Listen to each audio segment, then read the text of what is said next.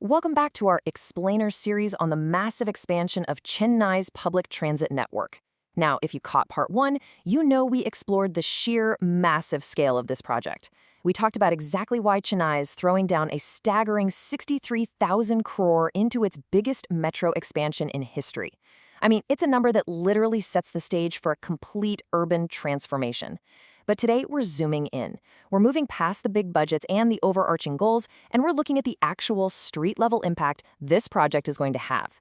Because, let's face it, if you've ever been stuck in Chennai traffic, you know how real the struggle is. And this is the exact breakdown you've been waiting for. We are answering the one burning question that every single commuter in the city is asking right now. Where exactly are these new metro lines going to go? Like, which specific stations will finally connect Chennai's biggest IT parks, the massive manufacturing hubs, the quiet residential neighborhoods, and those bustling transport centers? We're about to take a spatial virtual journey across all three corridors of Chennai Metro Phase 2 so you can see exactly how your daily commute is about to change. Okay, let's dive into this transit map for today. First up, Corridor 3, the IT Lifeline. Then Corridor 4, historic to west. After that, Corridor 5, the Great Connector. Then we'll look at interchanges and the network effect. And finally, the impact on Chennai's future. Section 1, Corridor 3, the IT Lifeline, linking North Chennai to SIPCOT. Now, this is arguably the most critical corridor in the entire Phase 2 project. The sheer scale of it is just impressive. It stretches a massive 45.8 kilometers. For the thousands of professionals who currently lose hours of their day stuck in gridlock, this line is going to be a high-capacity, high-speed alternative to driving. Let's trace the route. Starting way up north at Madhavaram, which is a booming logistics hub, by the way, the line sweeps south right through Prumber's incredibly dense residential zones. Pushing into central Chennai, it basically bypasses all the usual traffic nightmares to serve critical spots like Kelly's for the medical institutions and Royapeta for central retail and Marina Beach access. After that, it drops passengers right at the gates of elite educational institutions like IIT Madras down in Adyar. Continuing south, we hit the famous OMR IT Corridor. And honestly, this is where the magic happens for daily commuters. From Tarmani near Tidal Park, slicing through the massive Grade A office districts of Parangudi, and right into Sholinganallur, where thousands commute every single day, this line is directly connecting the workforce to their desks, finally wrapping up at SIPCOT. So, the crucial point is, SIPCOT isn't just a station. It is one of South India's absolute largest IT campuses.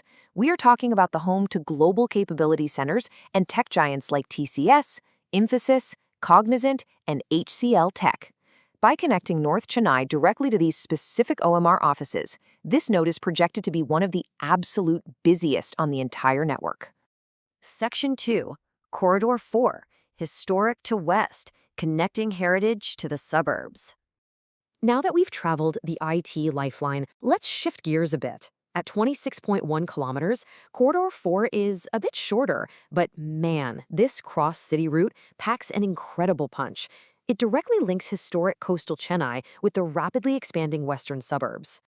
Think of this route as literally a journey through Chennai's history and its future. We start right on the coast at Lighthouse and ancient Mylapore. Traveling west, we cut straight through Kodambakkam, the historic heart of the Tamil film industry, and then through Vadapalani's bustling commercial centers. The line then drops you right into Poruru, which is an emerging business and healthcare giant, before ending at the Poonamallee bypass, which is a vital logistics gateway to western Tamil Nadu. Section 3, Corridor 5, the Great Connector, linking major transport hubs. What is truly fascinating about this final 47-kilometer route is how it forms this massive loop, seamlessly connecting north to south. Beginning back up at our Madhavaram transport hub, it sweeps west to Coimbatore, which is one of the city's largest transport and wholesale hubs. From there, it cuts south through the rapidly developing residential markets of Valasaravakkam, swings east to the top of the OMR commercial zone at Thoraipakkam, and loops right back down to the major IT destination of Sholinganallur. Section 4. Interchanges and the network effect, creating an integrated system. And this brilliantly illustrates a key point. We've looked at 3 standalone corridors, but the true power of any transit system is in the network effect. Through vital interchange stations, places like Madhavaram, Coimbatore, Sholinganallur, and Allandur, passengers can seamlessly change trains. These interchanges are exactly what will transform these isolated lines into one massive, cohesive urban web. Section 5. Impact on Chennai's future, focusing on industries and residential growth. So, zooming out for a second, what does this whole network actually mean for the broader economic footprint of the city? Well, this expanded connectivity is going to supercharge a really diverse mix of massive industries. IT is obviously a huge winner, but check out the manufacturing side. Improved access out west links the workforce directly to Sripur and Badur's auto giants like Hyundai and electronics clusters like Foxconn.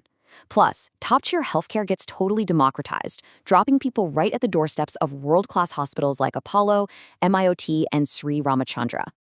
And beyond the commercial industries, this is going to dramatically alter the residential markets. Neighborhoods like Ananagar, Porur, Vadapalani, Adyar, Perungudi, and Siraseri are slated to see just massive connectivity improvements, because improved metro access naturally makes these locations vastly more attractive for both residents and businesses. Now, it's worth noting neutrally that while metro access is a huge draw, property values in these areas will ultimately depend on a wide variety of local and economic factors. Still, you really can't overstate the underlying appeal of living near a fast, reliable transit node.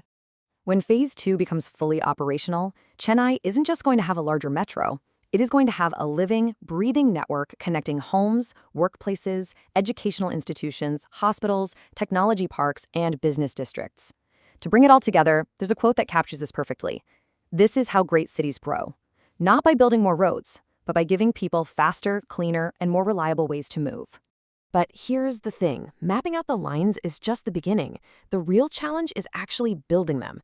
So, the million-dollar question, will Phase 2 actually open on schedule? Well, in Part 3 of this Explainer series, we are going to dive right into the construction progress. We'll explore the expected opening timelines, dig into the frankly fascinating engineering innovations happening underground, look at the brand new driverless trains, and ultimately answer whether Chennai Metro Phase 2 will cross that finish line on time. Trust me, you won't want to miss it.